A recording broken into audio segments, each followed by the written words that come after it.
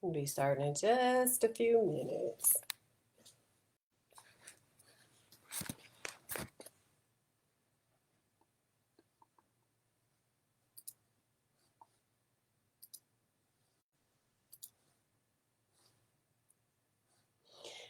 Hey everyone, good evening. It is Dr. Lisa, and thank you for joining Happy Hour with Dr. Lisa. I am your host. I am here. It is October. I am back. I am happy. I have a lot going on, and I'm so glad that I had the opportunity to do this podcast today because I've been doing them every other week, and I actually miss giving you all these stories of mine and also miss, talking to you all and answering questions. So that's what we're going to do today. We are going to talk about the October ghost stories. I actually have hand claps. I can probably do the audio effects, but sometimes I don't do them. So here you go.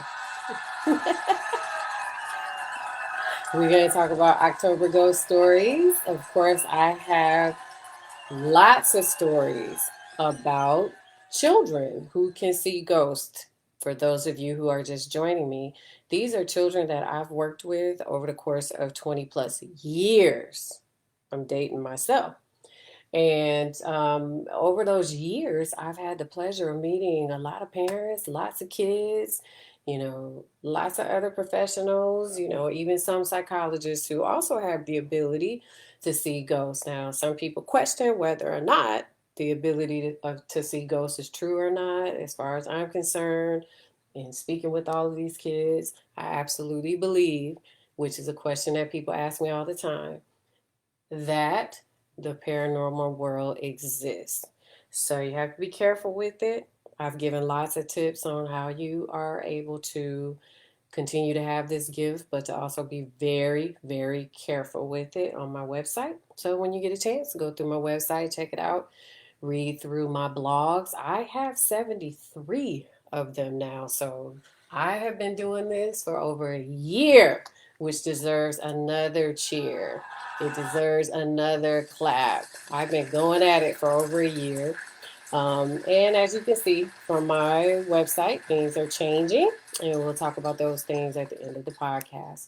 For now, the website address is Lisa, Lisa, Liggins, Liggins, Chambers, CHAMBERS.com. You get the opportunity, go check it out. I added a couple of things, so October Ghost Stories are now pulled out. They have their own separate page. I've added a couple of other pages to my website. One is, guess what? I've been writing parenting journals. If you have not checked out those parenting journals, they're really easy, especially the one based upon this website. Yay! So I have a journal that I created just in time for Halloween, and it is called Kids Can See Ghosts, Can You? With the question mark. And so that is actually available on Amazon. I created another journal, and it is called the Special Education Logbook. Now, that's probably my baby, that one. Love my website, love my blogs, but I love my babies with special needs. And so what I did was I created that journal based upon my expertise, but also experience in special education. And so I'm giving parents different tips. I'm teaching them, what to look out for in the special education process. And it's really simple. And it is in a language that parents can understand. So that is called Special Education Logbook. That one is also on Amazon. I also created, I've been busy, you all. I also created another journal to teach parents how to track the behaviors of their children. So, one of the other gaps that I see is that no one's teaching our parents, how to track behaviors so that they can determine on their own. For example, some of the things that are happening that starts the decline in behaviors at home. So, for example, what precedes the behaviors, now you can document it. Now you can see it for yourself. Now you can track the behaviors. Now you can talk about the consequences. Now you can understand from your vantage point where your kids are being triggered and how to talk to other professionals, such as myself, who want to help your kids. You have that data now. So that journal is also available, and it is called, get this, It's About Time for a Parenting Journal, because it is. It is one of a kind.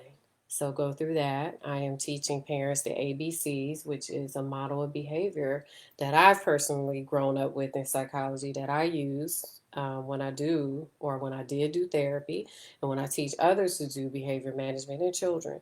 So it is something that you can also take to the schools and use and show your administrators and your school psychologists and other teachers how you've been keeping up with the behaviors, either positive or negative, for your kids. So now it is easier for you to talk to these professionals about what's happening at home. For example, when you go to the grocery store, you can write all that down.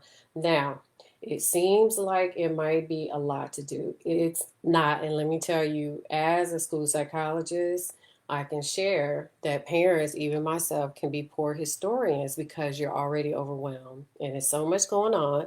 So I'm making it easy for you. So, for example, if little Johnny has a tantrum, that's a behavior you write down, the date and the time, how long it lasted.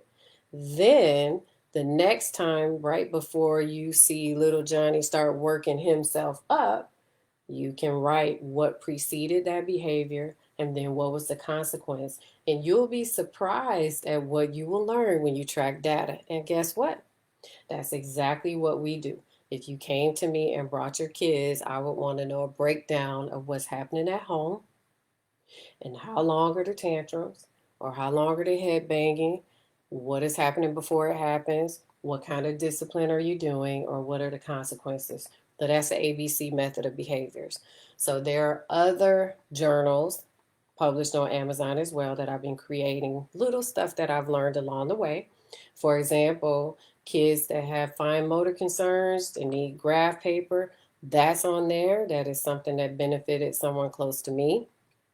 And so I said, you know what, that is something that helps. So when they stack those math problems together, sometimes kids that have fine motor challenges, they don't line them up correctly. And it's not that they can't do it, they just need a little extra help. So that's there. A little artist book, because I actually have a little artist at home. So I dedicated that to him. So I'm doing quite a bit, doing a lot of public speaking engagement. So to be honest, that's not even what has me busy. That's just other stuff that I'm doing. So I actually have probably two more journals coming out. I'm trying to target different things that I've seen in psychology that's missing. For example, with teen girls, with grief. So I have some stuff coming. So TBA on those last ones, but I'm working on something big. So that's coming. So this is probably 50% of the reason why I haven't been able to get on the radio every week. It's every other week until I finish the other 50%. When I get the other 50% done outside of all this writing and thinking and public speaking, then I'll be back on here every week with you. So I hope you guys understand that and stick with me, because I will be here every other week. And again, I will go back to every week. I just need a couple of weeks to get a lot of this stuff done, a couple more weeks. However, if you do want to get in contact with me, make sure you check my Instagram page, and you can always email me, as I say every other week, at kidscanseeghosts@gmail.com.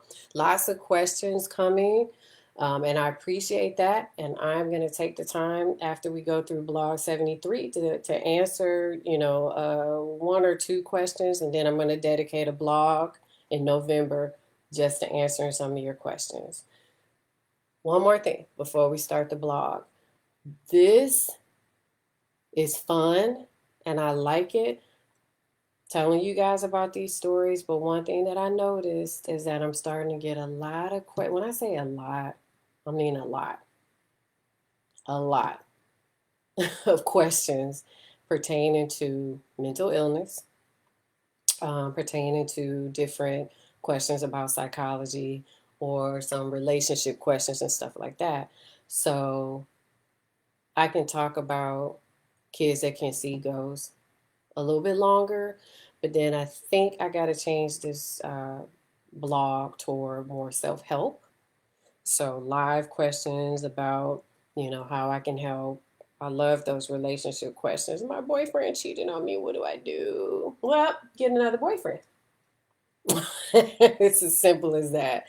I'm just joking, but so when you go to my website in a couple months, you will see another page dedicated to more self-help things. And then I don't have that figured out yet, but that's what's coming. So I'll tell you, I have a lot going on. I do, but I want to talk to all of you. And it starts right now. So let's talk about October Ghost Stories, blog 73. This one was a little hard to write when I wrote it because I had to go way back in my brain and figure out how I wanted to write this one. I'm human. All of my stories are true. These are all things that actually happened to me while working with kids who were my clients for psych testing or who were my clients for therapy. These are their stories. And so this is something that consistently happened to me while working with these kids. And thank you guys for joining me too. I meant to say that. I appreciate it. All right. So one of the this is blog 73 on my website. One of the most consistent ghosts that I heard about over and over and over again was in building 3, a male, a dark entity that was in that building. So what I decided to do was to go back, think about some of the things that the kids said to me about this entity, and then write it up, and then kind of look at some of the notes that I had back then and tell you a story about it. So let's talk about it. When all of the kids would come and see me, there were the buildings that I was in were active with hauntings, according to children and according to families. Now, disclaimer, I wouldn't have known this. I just took a job. I don't see ghosts, so there's nothing that I would know about this. They were just beautiful buildings. So there were 3 buildings, but then the 4th one was different. It was unique. And there's a story behind that, but I'll let you read the blog about building 4. Building 3, however, I noticed that, and it all started with Child A. Child A is way like blog 3 to 5, maybe, if you want to know about Child A. But I noticed that Child A focused a lot on that building and also focused on this dark entity that was in the building. So I was a skeptic. Honestly, didn't believe it. I've had experiences with kids with paranormal in the past, but never like this. Because what happened was kids continued, and parents too, who could see ghosts, parents too, who could see ghosts, continued to tell me about this stuff, this same entity over and over and over again. So this is how they would describe it, and I can still see it. If you're looking at me, I can still see it clear as day, the way that the kids would tell me. So, for example, the kids would talk about, ooh, they would go, ooh, it's just dark, or ooh, it's just mean, or ooh, it's just, the mother would go, yeah, you can't go. Mothers, not a mother, mothers would just go, don't go over there. Or there was a dad who said the whole land was, haunted and blah, blah, blah. But this thing would actually sit on the top floor, either in the window or the door, and just stare, um, according to them, when I would have kids outside that I was working with. So sometimes with therapy, with certain kids or maybe certain adults, you have to change your environment So you can't always do talk therapy in an office. You can't do that. So with some um, kids, because I primarily treated kids, it's just that the families, you want to obviously have some connection to the families, and I always do, always have connections to my families.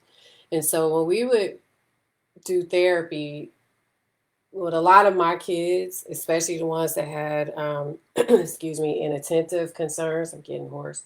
I would take them outside because they just couldn't sit. So that means that either we would be walking past that building, or I like to walk my families out to their cars too. I always do that. I'm a perfect gentlewoman. So I would walk my families out to their cars. And so that's how they would always connect to this ghost that was in building 3.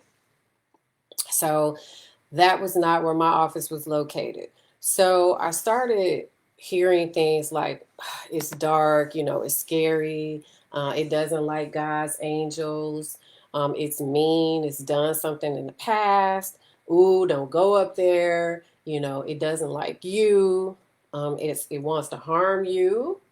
Yeah, they would tell me it wants to harm you. It's a male. It's very tall. It walks around. It's done bad things. It's demonic. It needs to go to hell. Stuff like that. And so that one, there were a lot of dark. Kids call them dark angels. Older kids call them demons. Adults, obviously, we say demons.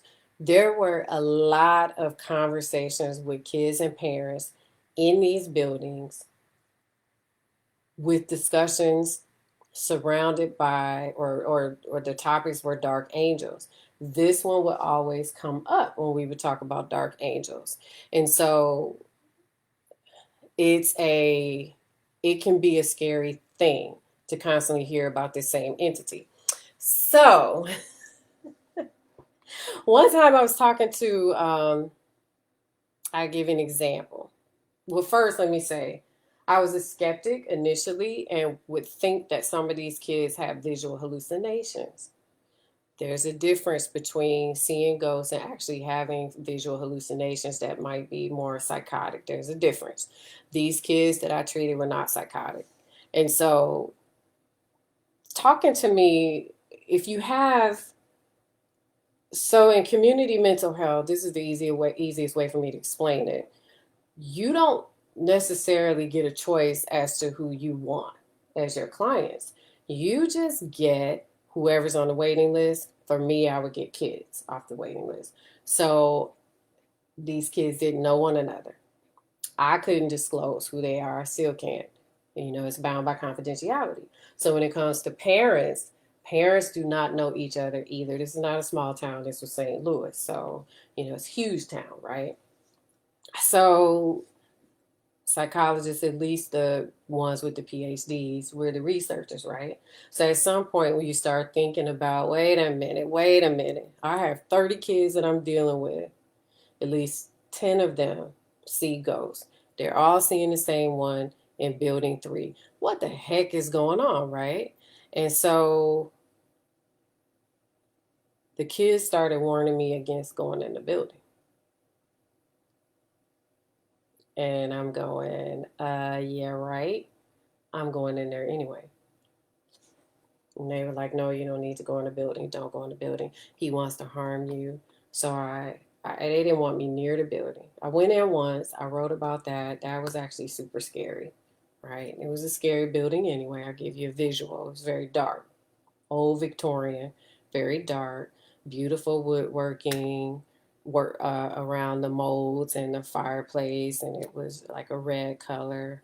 Um, Probably had multiple families in it at one point. Everybody worked upstairs. It was empty downstairs, which is a relevant point. When you walked in, the house was dark, which is scary in and of itself when you know it's a freaking demon in the house, right? So I was like, I don't want to really go in here, but I'm not a chicken. So, East Cleveland didn't breed chickens. So, you had to prove yourself. So I had to go in there with the kid once, which was a mistake. You got to read about that mistake on the blog. Either way, these families would be communicating with this demon from afar because none of them would go close. So I'll give you an example. I remember, so these were coincidental conversations. This, again, it's not like they were purposely targeting the building, right?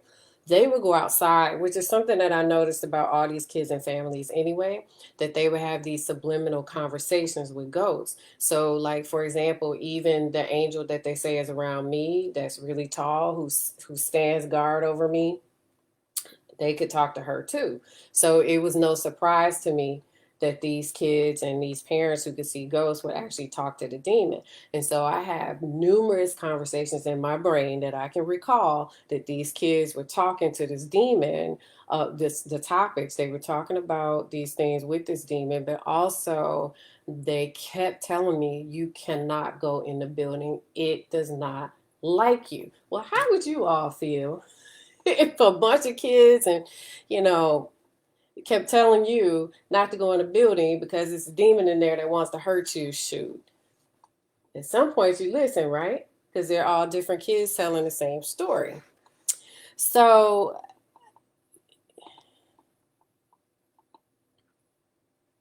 the house was heavy. I'm just going to tell you, if you didn't read what I wrote, the house was really heavy. When I went in with child A. And when we got in, through the back in the kitchen. Then we went around the corner. If you can see me on social media. And then when you go around the corner, bam, like most Victorians, the staircase goes up. So we get to the staircase, and mind you, this kid's mother is behind me, and this kid is in front of me, and this kid turns around and pushes me out the building and says, "No, you have to leave. You have to leave." And I'm like, why? And this kid said, it's something upstairs that's dark that wants to hurt you, Dr. Lisa. You have to get out the building. And I'm standing on the steps like, really? And the mother goes, well, if I were you, I would get out the steps because my kid can see whatever you can't see. So I'm like, well, crap. We better get out the building. Now, I'm dramatic now, but at the time I was like, okay, we better get out the building. So we turned around. And when we got outside, I said to child A, what happened? And this kid said, something in there wanted to hurt you in particular. And I'm going, really? Now you got to remember all this in real time when it happened. Just think about it if you were in that situation. And I said, really? And this child A said, yeah, yeah. When we were walking up the steps, all I saw was gray smoke. This kid said, gray smoke is never a good sign. It's something ominous in there that wanted to hurt you. So I had to get you out. It was you, which is why I was pushing you. I had to get you out of the building quickly. So that's what happened that day. And after that, I kept hearing about this thing. And so, you know, what I decided to do was my own research because I had heard about this entity so much that I wanted to know more about it. And I wanted to know if it was true. Are these kids telling me the truth? Or are they all psychotic? And I'm not saying psychotic to be funny. I am saying this as a psychologist, but also as back then as someone who had to learn over time how to distinguish between symptoms of psychosis like active visual hallucinations versus kids can see ghosts, right? So I decided to do my homework. And this is where it got interesting. I did two things. One, looked up some archives on that land because one of the kids fathered a kid that I saw. The father could see ghosts, and the mother could too, but that's another story. And the father said the land it's nothing but spirits all over the land. It's the land. Something happened on the land. That's not good. Like I can see like I'm pointing with my hand like this, like the whole land. Like the way that this father described it was the whole plot of land for that whole area, you know, had disturbances. I said, what the heck? So I actually researched, and I'll tell you about that. And then I called my coworkers, and that's when I got blown away because they knew about it. Yep, they knew about it. My coworkers knew about the ghost, which still baffles me to this day because the things that they said to me was very relaxed. They were like, "Oh yeah, we do. We named him. I'm just gonna give you a name. I don't remember what his name was. We named him John." And imagine how I felt on the phone. I'm like, "Wait a minute, you have an entity with you like now?" And one of them said, "Yeah, when I come in the building in the morning, John greets me." And I'm like, "A ghost?" I will never forget the conversation. Yes, it walks around. It is here. And we all know it. And I'm like, "So you guys are okay with this? Like working while there's like a ghost?" They said, "Oh yeah, John's been around for a long time. He walks around when we're upstairs. We can hear him walking like in the attic and stuff."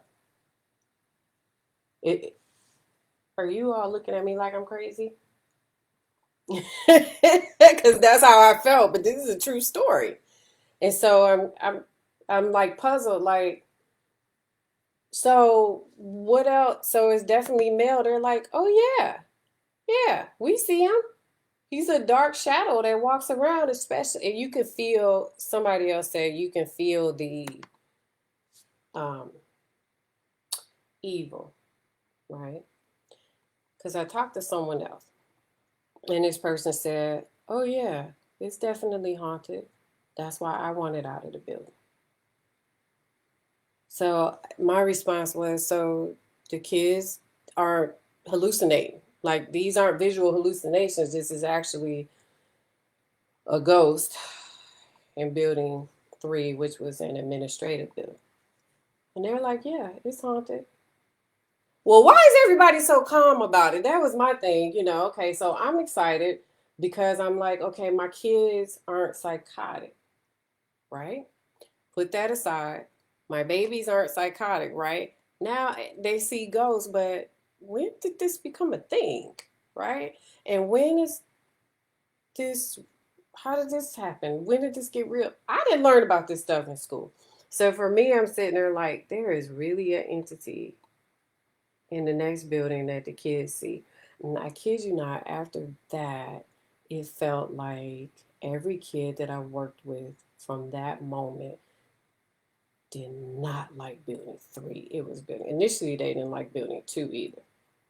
But they kind of grew to used to seeing a little ghost boy. I wrote about him before and things like that. But they did not like building 3. Like none of the kids except child A would go near building 3. And so listen, the families were being truthful with me. Of course, they had no reason to lie.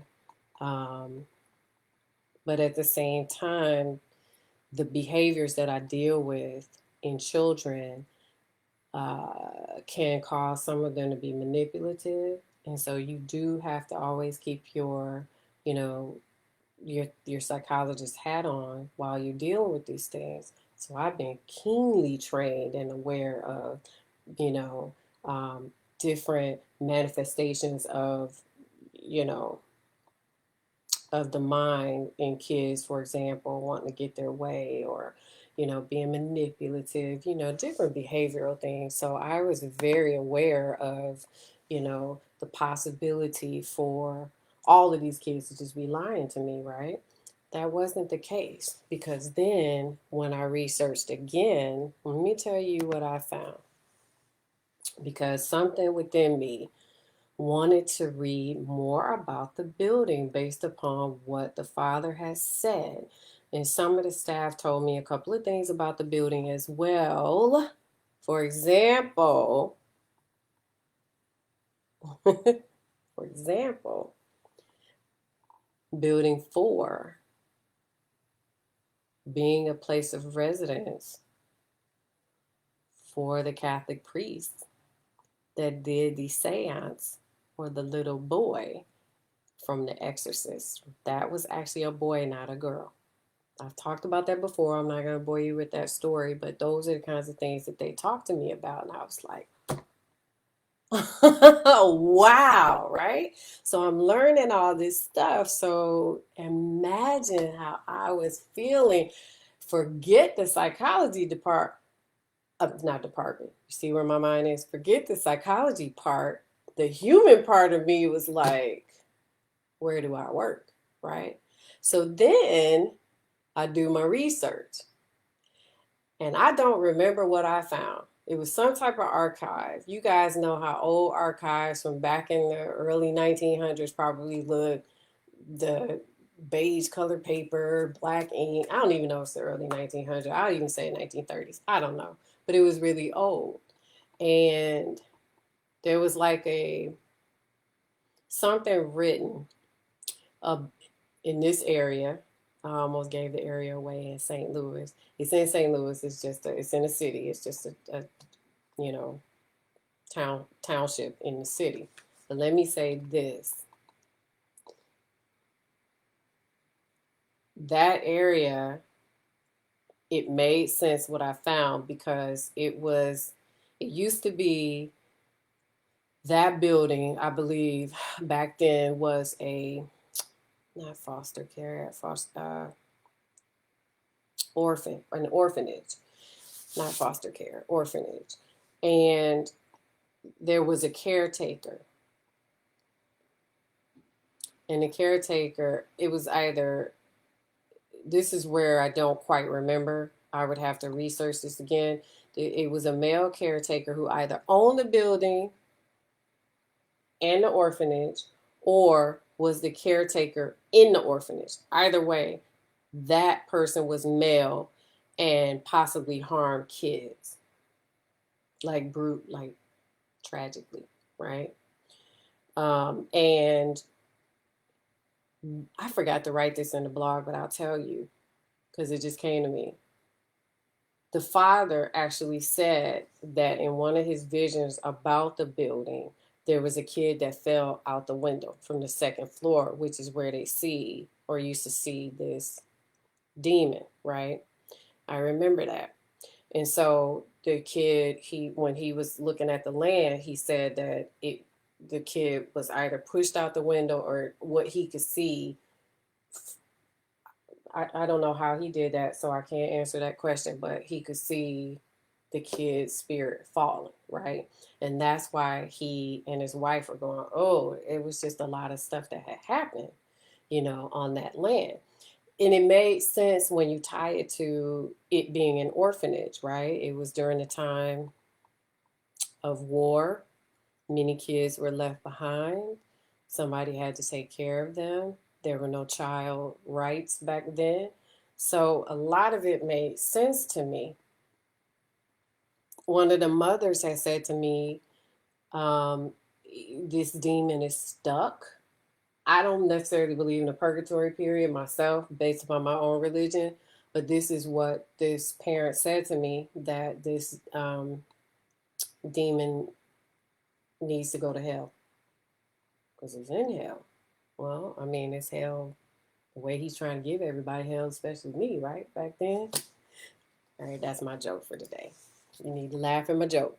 And so it blew me away. Not just the fact that the staff knew about this, but that some of the research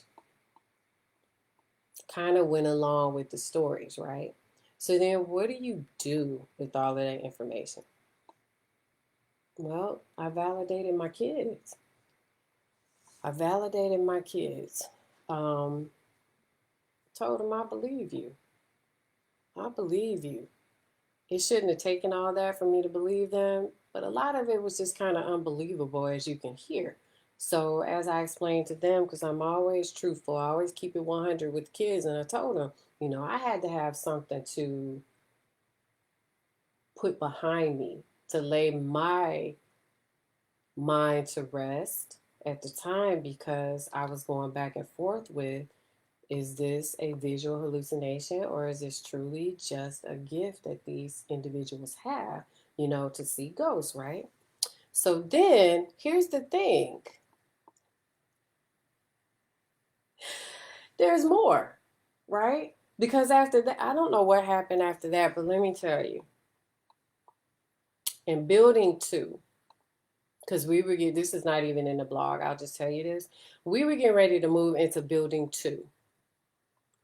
And some of the kids were even telling me, you guys can't move into building two. You guys can't move into building two. And I'm like, why can't we move in building two? And they're just looking at the windows. If you think about different brownstones, how close they are, that's how close these buildings were. And they're just looking at the windows going, there's a ghost in there. There's demons in there. There's dark angels. There's this, there's that. I'm like, crap, I don't want to move in building two. I don't know, I can't see this stuff. So I don't want to move into these buildings knowing that these kids are warning me about going into these buildings.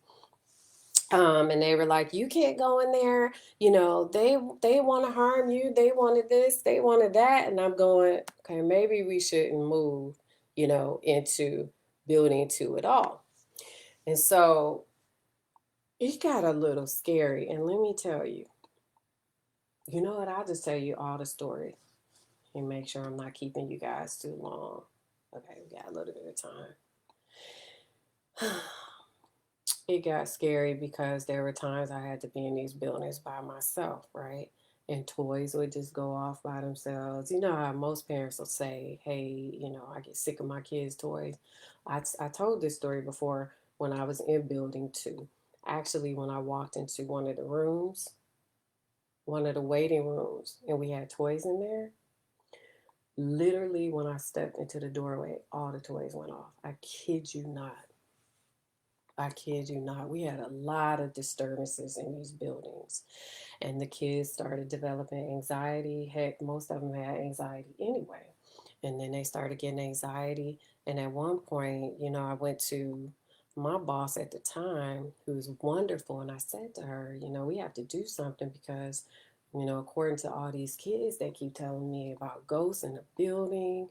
They're getting anxiety. They were telling me about a little ghost boy who kept running through the first floor of the building, kids hiding behind me because they're like, there's the ghost boy. I mean, it was just a lot of disturbances. And so we went around and we prayed throughout the building too. And yeah, it was a lot. And so it taught me a lot. It taught me a lot about how not to judge kids. It taught me a lot about, of course, how to deal with kids and parents who could actually see ghosts, how to distinguish that from mental illness, variations of mental illness. Um, it taught me to be more of a researcher. I mean, this was probably a really pivotal time in my career as a psychologist. Again, this is stuff that I had to learn on the fly because it's not imagine a general psychology book talking about kids can see ghosts. That's just not going to happen, right? So the beauty in this is that I've had to work with a lot of kids who can see ghosts, little wonderful kids and parents, but at the same time, it's always been a challenge because you have to be able to discern, can they really do this or not? But in the case of these kids telling me about this dark angel or demon, again, the kids call them dark angels, this actually existed. And adults knew about it who were in the building who don't see ghosts. Now, one of my coworkers had said to me, you know, it didn't follow me into this other building. And she said, and I think because it just stays there for some reason, it didn't follow me. And I was like, I don't want it to follow us into this building. It's enough disturbances in the building. The toys go off, blah, blah, blah. Kids are running. It's a little ghost boy.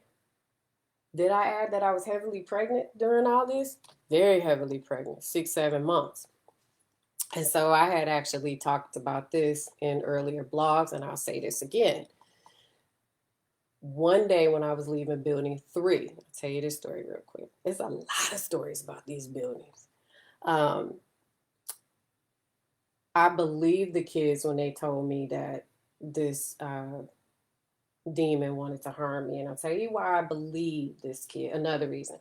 Another reason I believe this kid is because one day, these kids, not kid, one day went into building 3, and this was before I even knew this entity was in there.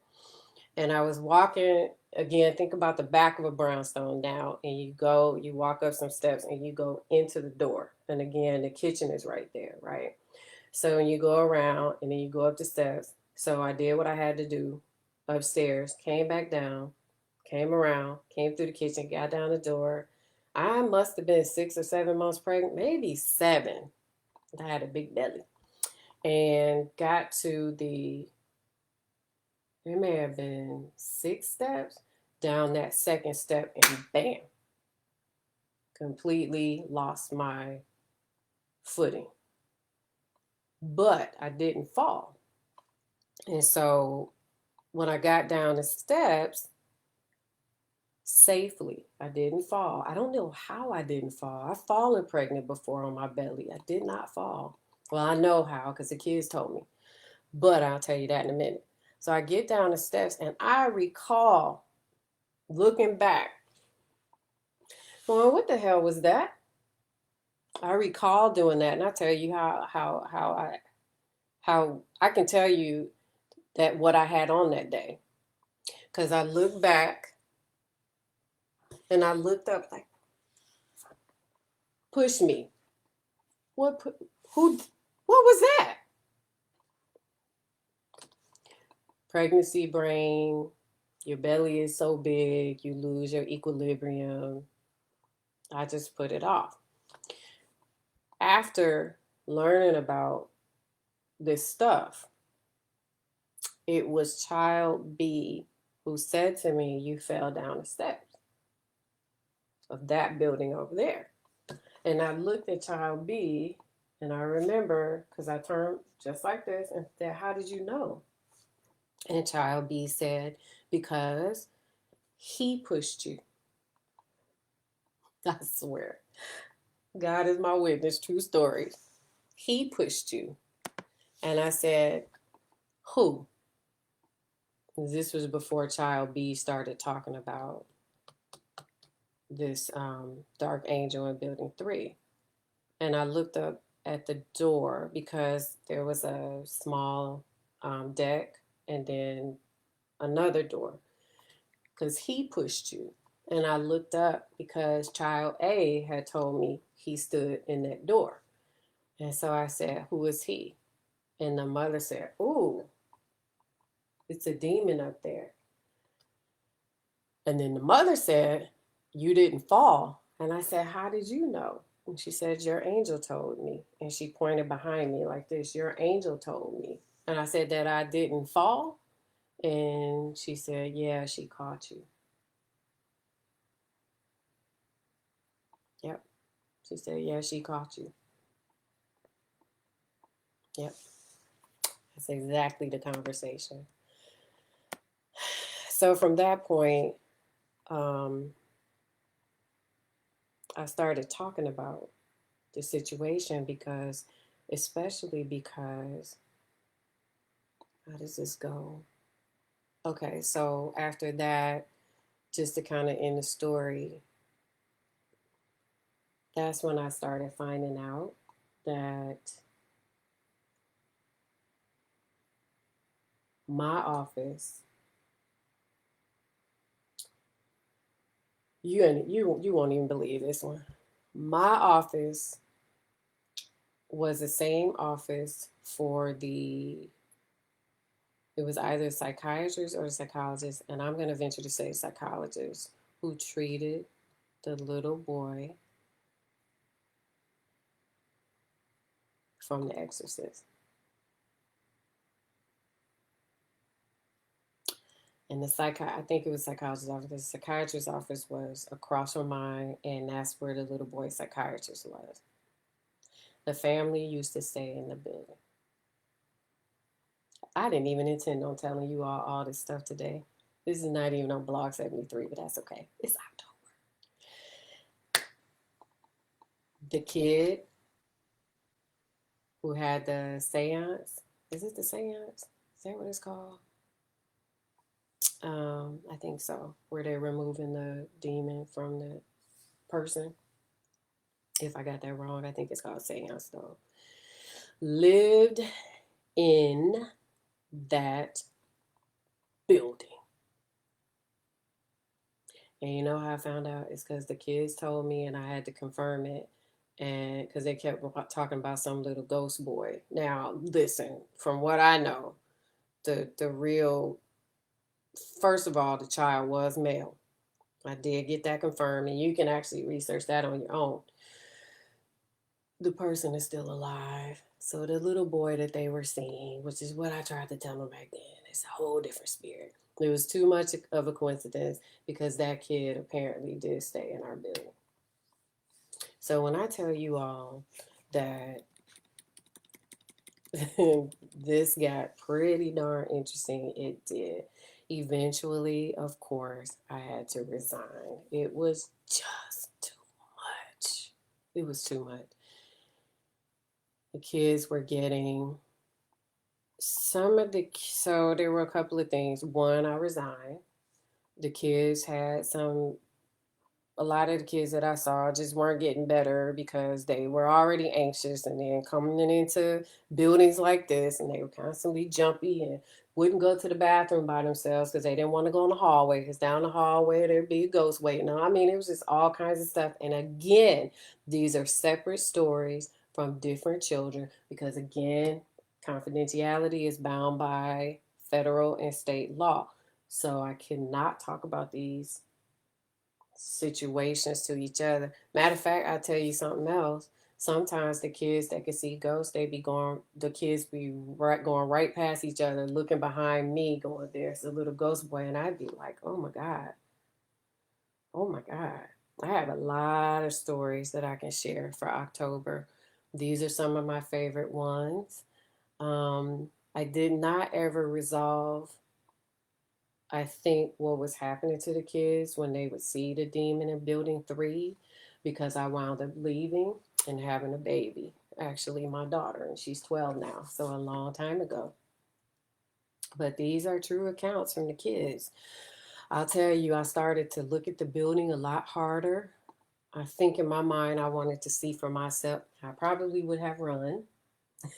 Probably would have made a mad dash. Had I been able to see this ghost and any of them. How about that? Because it was just a lot of disturbances, but in particular, the one that claimed that it didn't like me. Um, I probably would have run. But I think I remember, like, if I would park my car right in front of the building, I remember I would just sit in the car and kind of look like this. If you could look at me, just staring at it, trying to see if I could see anything. Because to me, it was just incredible that all these kids would tell me these different things. And so then I would kind of, I had to get up and walk. I was pregnant. So, and some of the kids, remember I said, would actually go outside. Wow, is right, girl. These are true stories. Some of the kids and I would walk out back, and when we would walk, even if some of the kids would go on, like the house would be on my left and kids would go on the other side, I would look that I would want to see. Because I'm like, if you don't like me, show yourself. So, of course, I was bad. I was Barbie badass as long as it didn't show itself, right? It's like, show yourself to me. You don't like me, show yourself to me. Talking to a freaking ghost, right? The kids can talk to it, though. Now, after a while, they didn't want to talk to it because it was kind of really mean and everything to them. And every time they would see a dark angel, they didn't want to have anything to do with it except child A, who wound up leaving me. The influence was really strong with this kid from these demons. Child A would tell me a whole bunch of stories, but these kids would see these dark angels, and I'm telling you, each kid would tell me how pretty they look. Dark angels, demons. And they said they had wings. So when they talk about, you know, demons, of course, sometimes they do look scary. Like some of the teenagers would be afraid from the way that they would show themselves to them. But some of the younger kids would go, they're just pretty. They have dark wings. Remember, they're fallen angels, and they look like God's angels. They're just all dark because they're from hell, Dr. Lisa. And that's what they would tell me. And so it was an amazing journey at this one company. And yeah, all of the hauntings. I mean, I still have more stories about the hauntings, but I know we've been on long and I'm not going to keep you any longer. But yeah, if you ever want to chime in, you could do so on Podbean. A lot of you, and I'm so grateful to you, are actually listening to me on social media. Thank you. Next week, I'm going to talk about, actually, I'm going to blog this week about another story that I have from Missouri. It's all in Missouri. No, I'm just kidding. There's Chicago too. I have some Chicago stories. This one is going to be about a lake. Ever seen those lakes that have that white mist on them? I got a story about that I never wrote on my blog. So I'm going to write about that this week and post it between this Friday and this Saturday. So if you have stories you'd like to share, feel free to do so. Chime in on Podbean, or you can always email your story and I will talk about it on the air. Don't forget to take a look at my website. Look at all of the journals that I'm writing for my parents, parenting journals to help you out with some of your kids. Take a look at some of the different links that I have on the website, which is new for my website. The good news is that I'm getting like 1.5 views a day. So, of course, I'm starting to monetize because I'm being asked to do it. So, that's what's going on when you see all the ads and stuff and all of the links to Amazon and those different things like that. I'm being asked to do different things, which is great. And I'm grateful. You all have a wonderful up and coming weekend. And I will see. You know what? I might actually come on next week because this is October. Instead of doing work, I'll see you next week. How about that? You all have a good night. Bye bye.